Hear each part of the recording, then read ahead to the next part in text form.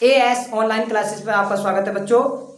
और आज हम लेकर आए बच्चों ब्रह्मास्त्र, यानी कहने का मतलब बच्चों ब्रह्मास्त्र रूपी ये क्वेश्चन है, आर्टिकल है, बहुत ही मोस्ट है, एग्जाम के लिए बहुत मोस्ट है बच्चों।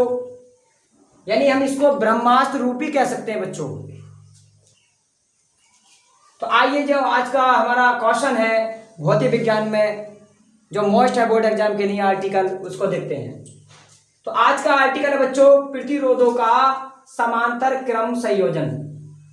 प्रतिरोधों का समांतर संयोजन, ये प्रतिरोधों का समांतर संयोजन बोर्ड एग्जाम के लिए बहुत मोस्ट है। आइए इसको समझते हैं विस्तार से, ये है क्या, कैसे प्रूव करना है इसको, आइए देखते हैं बच्चों। तो बच्चों प्रतिरोधों का समांतर संयोजन, ये समांतर संयोजन दिखाई दे रहा है बच्चों, परिपथ है ये, इसको हम परिपथ बोलेंगे। जो चित्र दिखाई दे रहा है ये परिपथ है। आइए जानते हैं इसके बारे में क्या क्या लिखा हुआ है। मैंने ये समय की बचत के हिसाब से मैंने इसको पहले थोड़ा सा लिख लिया बच्चों। इससे क्या होता है कि इससे समय की थोड़ी बचत हो जाती है। तो बच्चों देखते हैं इस संयोजन में सभी जो प्रतिरोधक हैं वो एक सिरे को एक साथ परिपथ के एक बिंदु ए पर तथा दूसरे सिरे को एक साथ बिंदु बी पर जोड़ा जाता है। सभी प्रतिरोधकों के सिरों के बीच जो है विभवांतर समान रहता है। कहने का मतलब यह है कि बच्चों ये बिंदु ए है, ये बिंदु बी है। ये जो हमारे प्रतिरोध जोड़े गए हैं ये समांतर क्रम में जोड़े गए हैं, समान अंतर से। ये तीन तार हैं बच्चों, पहला तार, दूसरा तार, तीसरा तार। इनका प्रतिरोध क्या है? देखो पहले तार का प्रतिरोध R1 है, दूसरे तार का प्रतिरोध R2 है, तीसरे तार का प्रतिरोध R3 है। अब इनका जो ज्वाइंट है वो बिंदु ए से स्टार्ट हो रहा है और बिंदु बी पर इनका ज्वाइंट है। तो बच्चों इसको हम जो बोलते हैं परिपथ कहा जाता है बच्चों। तो आइए बच्चों इसमें जानते हैं ये क्या क्या है इसके बारे में। तो बच्चों ये देख रहे हैं आप, ये बैटरी है, यहाँ से धारा दी जाती है बच्चों। और ये धारा का, ये बैटरी का प्लस सिरा है, ये माइनस सिरा है। ये बैटरी का बच्चों प्लस सिरा है, यानी प्लस वाला सेल है, ये माइनस वाला सेल है। यहाँ से बैटरी लगाई जाती है, धारा दी जाती है।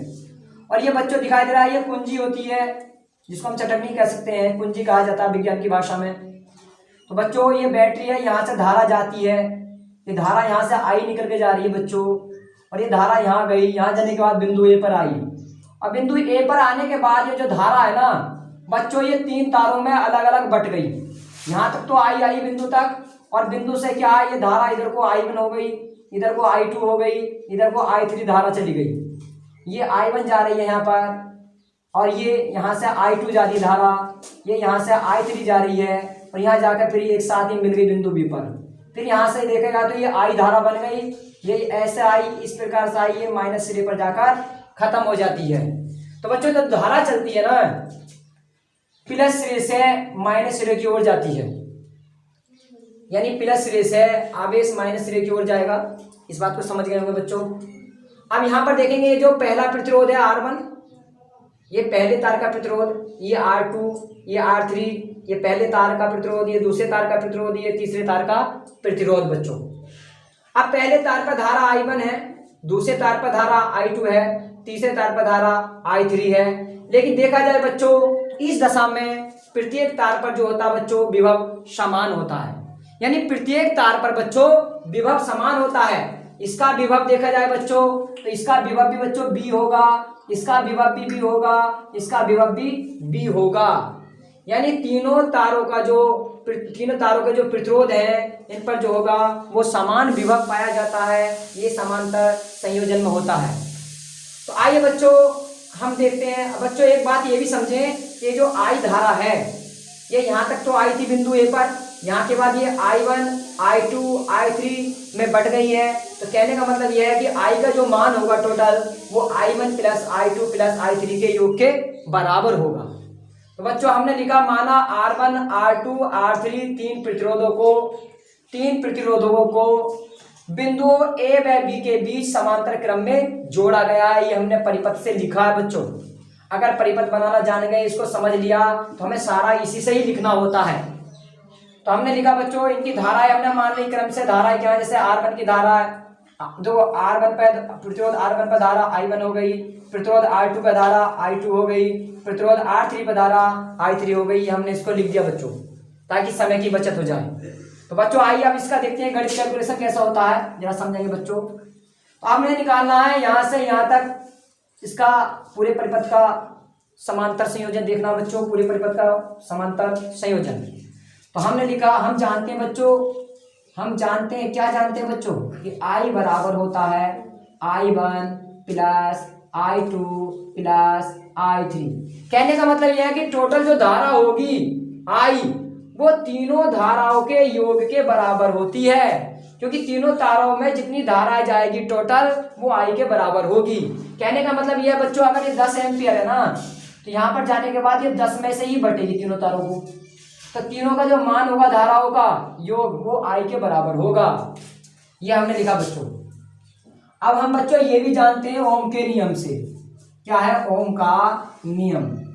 ओम का नियम क्या होता है बच्चों, होता है B बराबर IR। इसी को हम ऐसे भी लिख देते हैं बच्चों, कैसे लिखेंगे बच्चों, I बराबर R गुणा में बटे में चला जाएगा B बटा R, ये लिख सकते हैं बच्चों। ये ओम का नियम है बच्चों, यानी धारा I बराबर विभव बटे प्रतिरोध।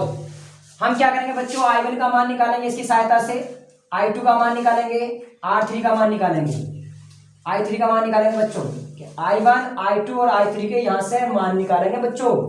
तो बच्चों पहले I1 का मान निकालते हैं, तो I1 बराबर विभव बच्चों समान रहेगा सब में, और I1 में प्रतिरोध कितना बच्चों R1 है, ये हमने R1 लिख दिया बच्चों। तो हमने I1 का मान निकाल दिया। ऐसे ही बच्चों हम I2 का मान निकालेंगे, तो I2 बराबर विभव समान है सब पर, तो विभव रहेगा, लेकिन I2 का प्रतिरोध क्या है बच्चों, I2 का है R2 प्रतिरोध, R2 प्रतिरोध है बच्चों।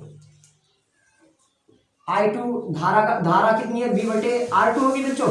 ऐसे ही I3 का मान निकालेंगे बच्चों, यानी तीसरी धारा क्या होगी तीसरे तार में, तो ये होता है B बटे R, यानी R का मान कितना बच्चों, यानी कि तीसरी जो धारा ऊपर प्रतिरोध कितना होगा R3 होगा बच्चों।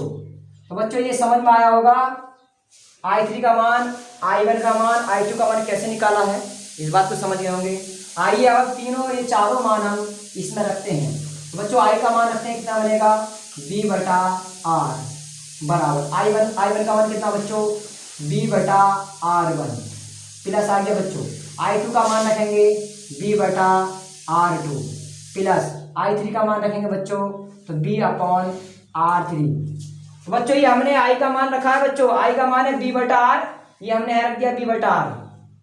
फिर I1 का मान डालेंगे B बटा R1, ये रखा हमने।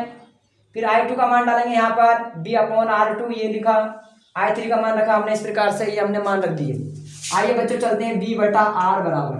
बच्चों B सब में कॉमन है, तो B को हमने बाहर निकाल दिया। यहाँ से बचेगा 1 अपॉन R1, यहाँ से 1 बचा 1 upon R2 plus 1 upon R3। बच्चों B से B कैंसिल कर दिया, कट जाता है बच्चों ये, तो 1 अपॉन R बराबर 1 upon R1 plus 1 upon R2 plus 1 upon R3। बच्चों ये क्या है, ये प्रतिरोधों का समांतर संयोजन है। तो बच्चों ये समझ में आया होगा आर्टिकल। इस आर्टिकल पर सवाल भी आते हैं बोर्ड एग्जाम में, हर साल आते हैं। कक्षा 10 में पेपर उठा कर देखना पिछला, उस पेपर में मिलेगा जरूर, या तो आर्टिकल मिलेगा ये वाला या इस पर सवाल मिलेगा, दोनों में से एक सवाल मिलता जरूर है। तो बच्चों ये बहुत मोस्ट था, और ये समझ में भी आ गया होगा बच्चों इस बारे में। और बच्चों यदि वीडियो समझ में आई है तो वीडियो को लाइक करें, चैनल को सब्सक्राइब करें, बेल आइकन को प्रेस करें और अपने दोस्तों में शेयर करें। और आज के लिए बच्चों इतना ही, इससे नेक्स्ट वीडियो लेकर आएंगे अन्य आर्टिकल के साथ। बच्चों नमस्कार।